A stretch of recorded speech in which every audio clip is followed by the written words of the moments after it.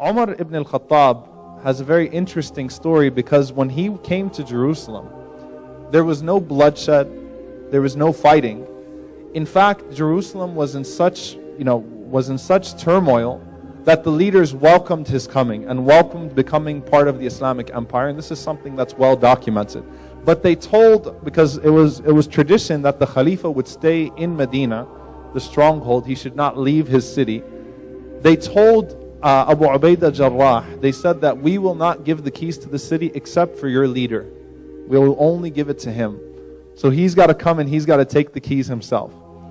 And so basically what we find is that Heraclius organized a welcoming ceremony for Umar ibn al-Khattab to be handed the keys of Jerusalem. He invited the Patriarch of Rome as well as the Bishop of Jerusalem. In fact, leaders from the Jewish community were there, ambassadors from all over the world were there, and he spread out for Umar ibn al-Khattab a red carpet that spanned over 2 kilometers long. So it was a long red carpet. You can imagine. When he just starts making his way there, he's going to already be stepping on a red carpet to show him a good welcome, and to, because they heard of his justice, and to truly give him royal treatment. And also beforehand, they also invited for the 2 leading Muslim generals, Abu Ubaidah al-Jarrah and Amr ibn al-As radiyallahu ta'ala anhu, to be in attendance when Umar ibn al-Khattab comes. So back then you didn't have first class, seating or anything like that, but I'm sure they sent them some first class horses or first class camels. They took care of them. They furnished their stay in Jerusalem. They even provided them garments. So there was a special type of garment that you needed to wear at this historic ceremony of handing the keys of Jerusalem over to Umar ibn al-Khattab. Now Umar ibn al-Khattab, if you read about him, and by the way, he's the 52nd most influential man in world history according to Michael Hartman. That's the book of the 100 most influential people in the world. A man of justice, a man for whom you have actually a statement in the United Nations Charter. There's actually a statement in the UN Charter from Umar ibn al-Khattab. How can you enslave a man who was born free? That he was the first one to say that. So he's a man whose justice is well known, who history has been kind to. And Umar ibn al-Khattab was a person of much simplicity. Big, huge man, okay? Gigantic in the true sense of the word. The description of him is that if he sat on a horse, his feet would touch the ground. It's a huge individual, huge human being. Very intimidating look because of how big he was. And he set such a tone of justice during his rule. I'm talking about in the rule in Medina. So Umar ibn al-Khattab, he asked the people in Medina, he said, should I go there to take the key, or is this some kind of setup or some kind of plot? Am I going to be killed? Is this a wise decision? It's never wise for the leader to leave his base. They said, you know what? For this case, it's okay. He went out there. He took with him 1 servant, and they had 1 camel.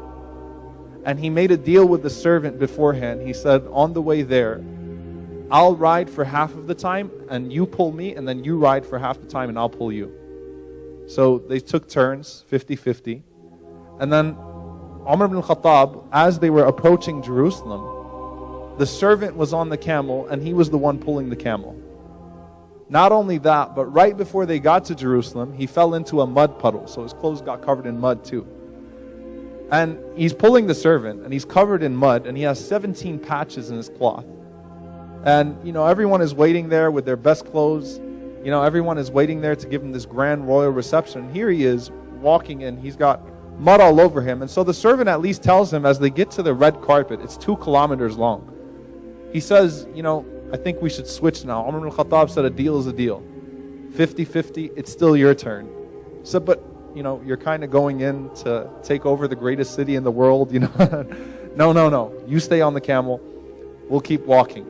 Umar ibn al-Khattab comes walking with the camel, and the people are waiting, and the people are standing out, and they're waiting out their windows to see who this great leader is. And they see this man coming and running with a camel with dirt all over his clothes and 17 patches. So Abu Ubaidah and Amr, they were the 2 that were invited to be part of this reception. Abu Ubaidah, who himself was a very simplistic man but recognized the situation at this point, Abu Ubaidah, he gets upset with this. He goes and he walks out to Umar ibn al-Khattab. He's like, I got to take care of some business with the leader before he comes and takes the key. And he says, you've embarrassed us. You've humiliated us. These people are all dressed nice. We want to, you've got to show that you're a strong leader. You've got to show your best clothes and things of that. You've embarrassed us.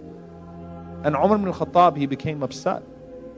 And he said, نَحْنُ قَوْمٌ أَعَزَّنَ اللَّهُ بِالْإِسْلَامِ. We were a people who God gave dignity to through faith, through Islam. And if we seek honor and dignity and glory through any other means, we will surely be humiliated. Meaning, I'm not that superficial person I used to be. Omar was known before he became Muslim to be an extremely well-dressed, wealthy man. He was one of the few literates, few people that could read in his time. They didn't expect that from him. But he said, we seek our glory through faith. We don't seek it through subjugating anybody. We don't seek it through some pompous, display. We seek it through faith.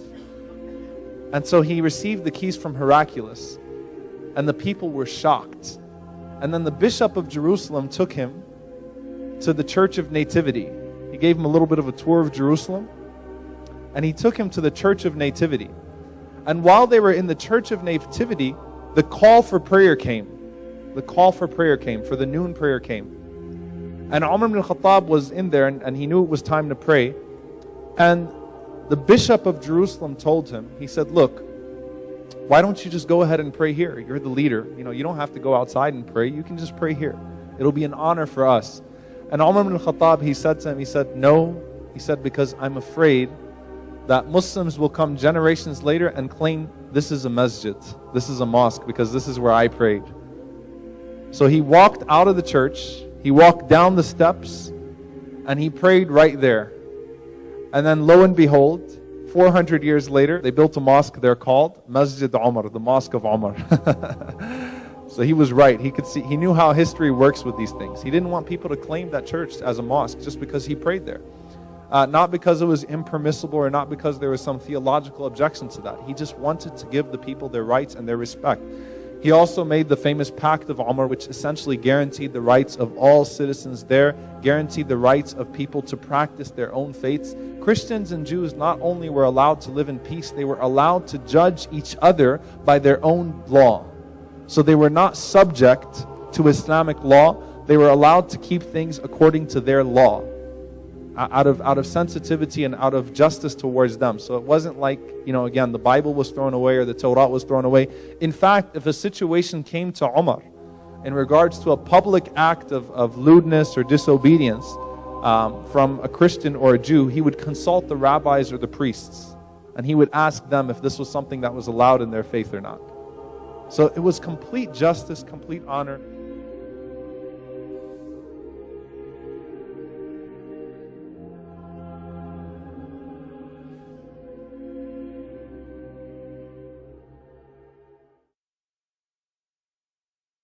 Mm-hmm.